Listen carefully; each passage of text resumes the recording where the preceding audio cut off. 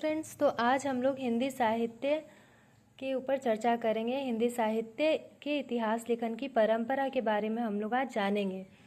तो जो हिंदी साहित्य है उसमें सबसे पहले जो है वो गारसादी तासी आते हैं और उनकी पुस्तक का जो नाम है इस्तवार दी ला लिटरेट्यूर एंधु हिंदुस्तानी।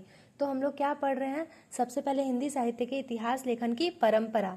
ठीक है, तो सबसे पहले इसमें क्या है?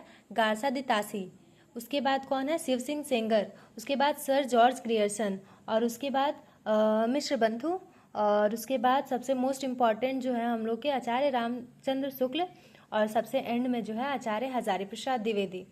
तो सबसे पहले हैं गारसादी तासी। इनकी जो पुस्तक है उसका नाम था इस्तवार दी ला लिटरेट्यूर एंधु हिंदुस्तानी।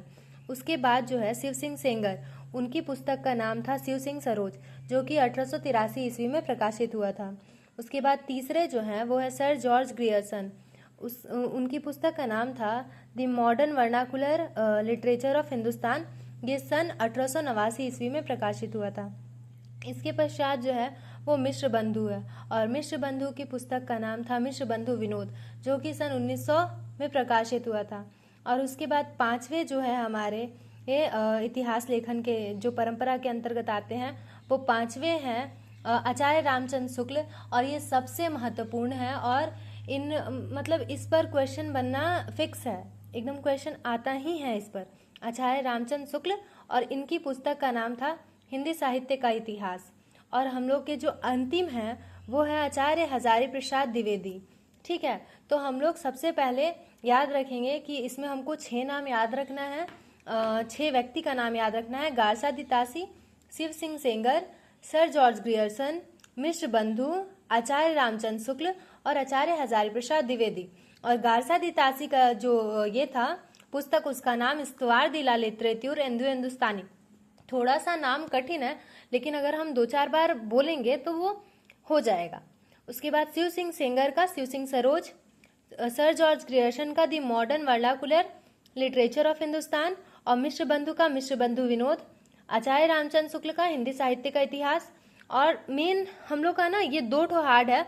गारसादी तासी का पुस्तक का नाम इस्तवार दी ला लिटरेट्यूर एंधु हिंदुस्तानी, ये थोड़ा हार्ड है। और सर जॉर्ज ग्रियर्सन, इनका हार्ड है दी modern vernacular literature of Hindustan. बाद बाकी तो सब आसान ही है।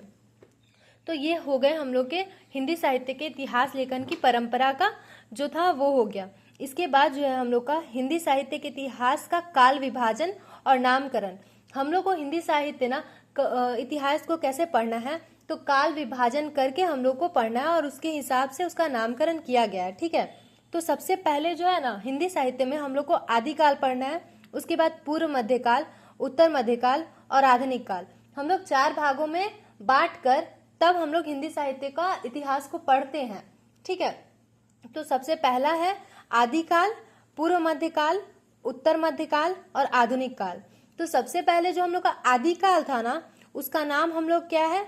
वीर गाथा काल, वीर गाथा काल। और उसके बाद पूर्व मध्यकाल का भक्ति काल, और उत्तर मध्यकाल का रीति काल, और आधुनिक काल का गद्य काल।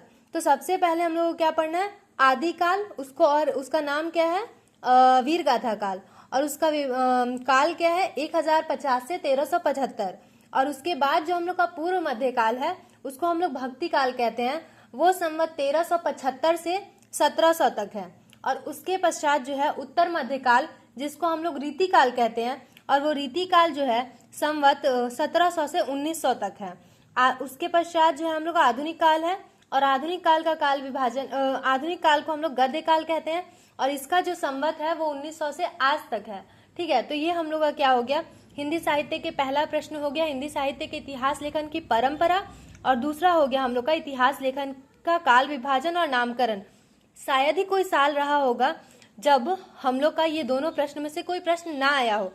मतलब हर साल ये दोनों क्वेश्चन को लिखने आता ही है। हाँ, लेकिन बात यही है कि क्वेश्चन जो है 10-15 मार्क्स के क्वेश्चन में हम लोग इतना छोटा आंसर लिखेंगे तो नहीं होगा ना, तो इसी को हम लोग इसी का विस्तार देंगे। ठीक है, धन्यवाद।